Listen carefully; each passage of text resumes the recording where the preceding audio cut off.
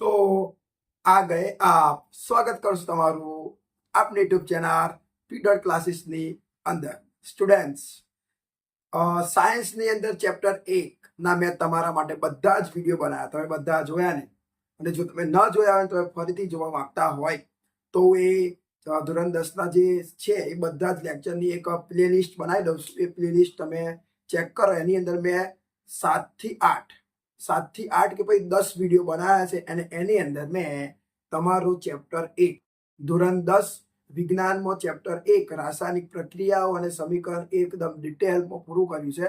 હવે આજે આપણે આ વિડીયોની અંદર એક ચેપ્ટરની વાત કરશું પણ હવે મેં તમને ચેપ્ટર બનાવી દીધું.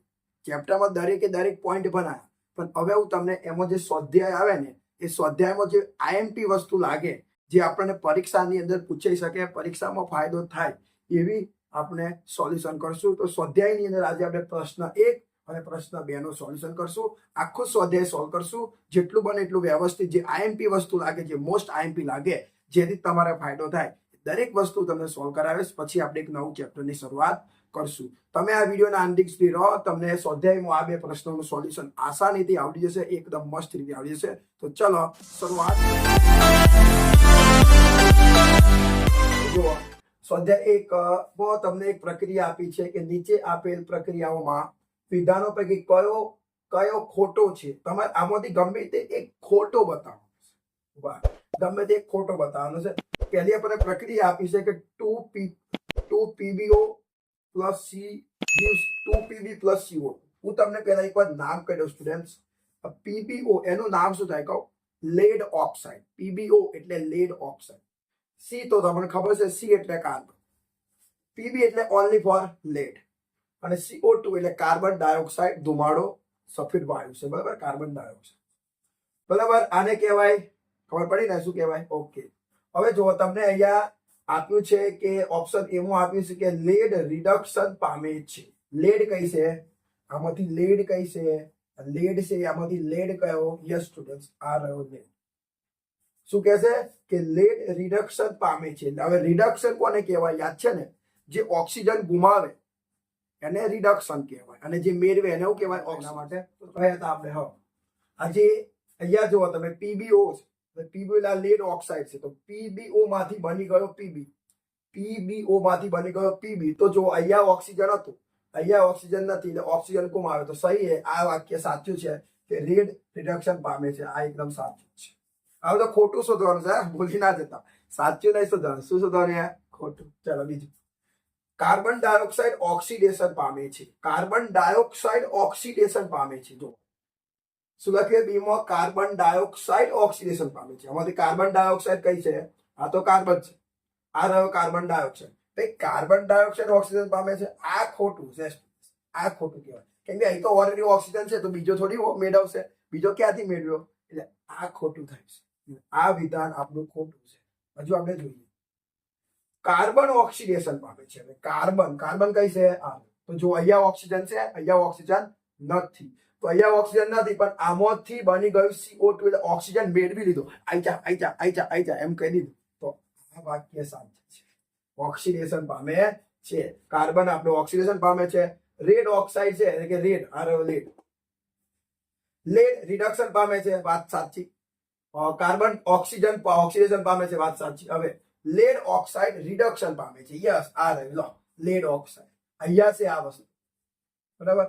તમે જુઓ આ જે છે એમાં અહીંયા ઓક્સિજન છે લેડ ઓક્સાઇડ છે એમાં ઓક્સિજન છે પણ આમાંથી આ બની ગયું એટલે અહીંથી ઓક્સિજન અહીંયા બની એટલે ઓક્સિજન નહીં. આ પણ સ્ટુડન્ટ સાચું છે. તો જુઓ 3 સાચા. રેડ રિડક્શન પામે છે.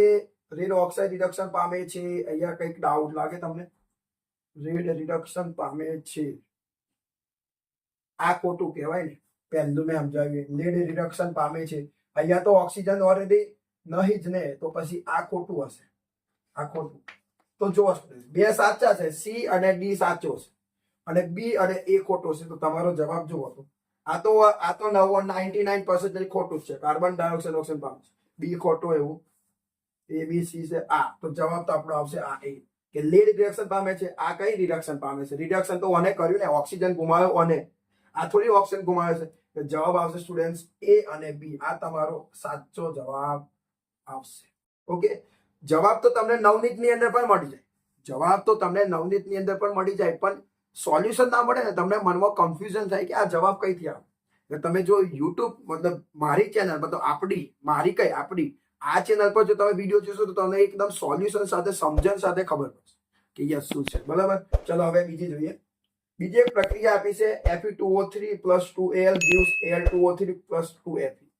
તો આપણને ઉપર આ પ્રક્રિયા આપી છે, કઈ પ્રક્રિયા છે આપણે નક્કી કરવું છે. શું એ સહયોગીકરણ છે, વિઘટન છે, વિસ્થાપન છે કે પછી દ્વિવિસ્થાપન છે, આપણે નક્કી કરવું છે. આને પહેલા હું તમને સમજાવી દઉં, શોર્ટની અંદર સમજજો. સ્ટુડન્ટ, સહયોગીકરણ પ્રક્રિયા કોને કહેવાય કહો? કે તમે 2 કે પછી 3 પ્રક્રિયકને ભેગા કરો, એક જ નિપજ બને, એક જ. હા, 2 કે 3 ને ભરીને એક જ વાત પૂરી. આને શું કહેવાય? સહયોગીકરણ કહેવાય. તો જો એવું કશું છે કે અહીંયા 2 વસ્તુ ભેગી થઈ છે, પણ અહીં તો એક નહીં બની, 2 બની છે. 2 વસ્તુ ભેગી થઈને એક નહીં બની, 2 વસ્તુ ભેગી થઈને એક નહીં બની. જો બની હોય તો સહયોગી. આ તમારો જવાબ ખોટો. હવે વાત કરીએ દ્વિવિસ્થાપન. દ્વિવિસ્થાપન પ્રક્રિયામાં શું થાય કે બંને પ્રક્રિયકો આયનોની આપલે કરે. આમાંથી આઈપા જતો, આમાંથી આઈપા જતો. તો જુઓ, અહીં તો વસ્તુ શક્ય જ નહીં. આ અહીંયા આવ્યો, આ Al છે એ આઈપા આવ્યો, પણ પેલો આઈપા કયા? આ પણ ખોટું. હવે વિઘટન પ્રક્રિયા કોને કહેવાય કહો? વિઘટન કરવું છે, તોડવાનું છે. એક વસ્તુને તોડીને 2 3 વસ્તુ બની જાય ને વિઘટન. એકમાંથી બનવું જોઈએ. તો અહીં તો ઓલરેડી એક છે જ નહીં, 2 આપેલું હોય. એક જ પદાર્થ હોવો જોઈએ અને એક જ પદાર્થમાંથી 2 કે 3 બનવા જોઈએ તો વાત થાય, બાકી ના થાય. તો જુઓ, 2 વસ્તુઓ હોય, અહીંયા તો એક હોવું જોઈએ, પણ અહીં તો ઓલરેડી 2 છે એટલે આ પણ જવાબ ખોટો. તો સ્ટુડન્ટ રાઈટ આન્સર આ છે વિસ્થાપન પ્રક્રિયા. આવે વિસ્થાપન કોને? સિમ્પલ છે, ભારે માણસ હલકા માણસને દૂર કરી નાખે. તો યસ, આવું આપણે વ્યાખ્યા ભર્યા કે વધુ ક્રિયાશીલ તત્વ ઓછા ક્રિયાશીલ તત્વને તેના સંયોજનમાંથી દૂર કરે. તો તમે જુઓ, આ ભારે છે અને આ એના સંયોજનમાંથી આ હલકો છે. તો આ ભારે Al હલકા Fe ને એના સંયોજનમાંથી દૂર કરી દીધું. દેખો, અને આ અહીંયા જોઈન્ટિંગ થઈ પતી ગયું. બરાબર, વધુ ક્રિયાશીલ તત્વ ઓછા ક્રિયાશીલ તત્વને એના ઓછા ક્રિયાશીલ તત્વને એના સંયોજનમાંથી ફેંકી દીધો, મુક્ત કરી દીધો, દૂર કર્યું. તો બસ એને કહેવાય વિસ્થાપન પ્રક્રિયા. તો આ તમારો રાઈટ આન્સર છે. તો જો સ્ટુડન્ટ, આપણે સ્વાધ્યાયમાં પ્રશ્ન 1 અને પ્રશ્ન 2 બંનેનું સોલ્યુશન કર્યું એકદમ ડિટેલ સાથે. બરાબર, જસ્ટ એમને પણ જસ્ટ ડિટેલ સાથે. બરાબર, તો આ રીતે હવે આપણે આવતા વિડીયોની અંદર બીજા પણ પ્રશ્નની સોલ્યુશન કરશું. જે મોસ્ટ આઈએમપી હશે એ જ કરાવીશ, આખું નહીં કરાવું. જે મને લાગશે એ જ હું તમને સોલ્વ કરાવીશ. બરાબર, બીજું કાંઈ નહીં કરાવું. જે ઇમ્પોર્ટન્ટ, જે તમારા પરીક્ષામાં કામ લાગે એવું. અને હવે આપણે એક નવું ચેપ્ટર ચાલુ કરવાના છે. તો તમે આ વિડીયોને જોઈને વિડીયો ગમ્યો હોય તો વિડીયોને લાઈક કરી દેજો. ચેનલ સબસ્ક્રાઇબ ના કરો તો ચેનલ સબસ્ક્રાઇબ કરી દેજો. અને હા, સગા સંબંધી તમારા જેટલા પણ ફ્રેન્ડ હોય એમને આ વિડીયો શેર કરજો, જેથી એમને પણ ફાયદો થાય. અને હવે નેક્સ્ટ જે ચેપ્ટર ભણવાનું છે એ તમે મને જો જણાવશો તો હું એ પ્રમાણે તમારી કમેન્ટને ધ્યાનમાં રાખીને પણ હું ચેપ્ટર બનાવીશ. તમે મને એમ કહેશો સાહેબ આ ચેપ્ટર બનાવો, તો હું એ ચેપ્ટર બનાવીશ. અથવા તો હું મારી જાતે તો ચેપ્ટર બનાવવાનો જ છું, પણ તમે જો કમેન્ટ કરશો તો તમારી કમેન્ટનું અમે માન રાખીને તમે જેમ કહેતા હશો એમ કરશું. બરાબર, તો ચલો મળીએ આવતા વિડીયોની અંદર. ત્યાં સુધી મહેનત કરતા રહો, ખુશ રહો, એન્જોય કરો. easy to study in P.Classes.